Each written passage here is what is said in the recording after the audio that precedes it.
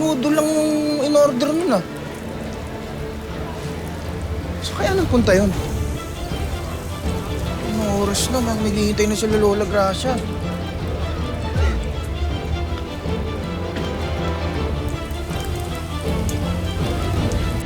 Sir, baka naman pwedeng pag-usapan ito. Huwag niyo naman ipasara ang karinderya namin.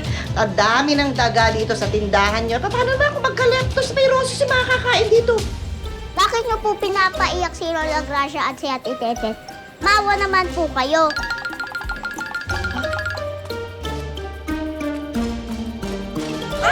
Hoy! Diyos talaga si Neneng, hayaan mo na. Ay, ano ba yun? Nagawa lang nila ang Papaaway tayo. trabaho nila. Yun pa, ha? Yun pa, yun pa. Dito nyo. Ayan pa. Sige, sige, sige. Yan. Yan ang napapala mo. Yan ang napapala ng mga taong intrimitida kagaya nyo. Yan ang napapala ng mga taong umaapi sa'yo. Nasabi ko naman sa'yo, si ate ang bahala, di ba?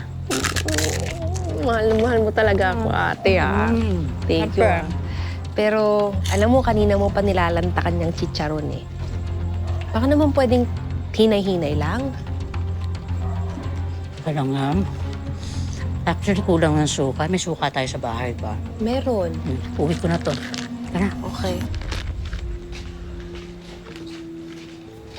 Tete, ang hindi ko maintindihan, bakit tayo nagkaroon ng daga sa karinderya, linis-linis natin? Hindi ba, aga-aga ko gumising para na lang maglinis sa loob ng kusina at ikaw, hugas ka ng hugas ng mga pinggan para malinis tayo. Kaya nga, Le, iniisip ko, baka ganito po talaga kapag negosyo ng pagkain, lapitin ng mga peste. Ay, hindi ko matatanggap yan.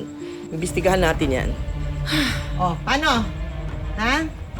Pag-uusapan na lang namin sa barangay kung ano mangyayari sa tindahan nyo, sige. ha? Okay, let's go, boys! Tara na. Yan talagang babaeng yun. Uy, ano? Uy, Quiet pag-away ka ka lang. pa. Dami na natin problema eh. Ano dyan? Ano na? Tulad ng sinabi ko kanina, di ba? Hindi lang buhay ko. Kanina, di ba, tinulog ka sa restaurant, in-order ko lahat ng pagkain sa menu, pero may isa, wala kang kinain. Bakit? Hindi mo ako namimiss? Bitawan mo ko! Bitawan mo ko! Bakit? May nakilala ka na, ano? Doon sa malasang lugar na yon? Ha? Bitawan mo ko! Hindi pwede. Ganito na lang. Ha? Total naman, pakakasalan kita. Tapos, aminin mo sa akin kung saan nakatago yung pera ng tatay mo. Yung tatay mong patay na. Yung pinatay ko. Naiintindihan mo? Ha? Naiintindihan mo? Alay! Ah!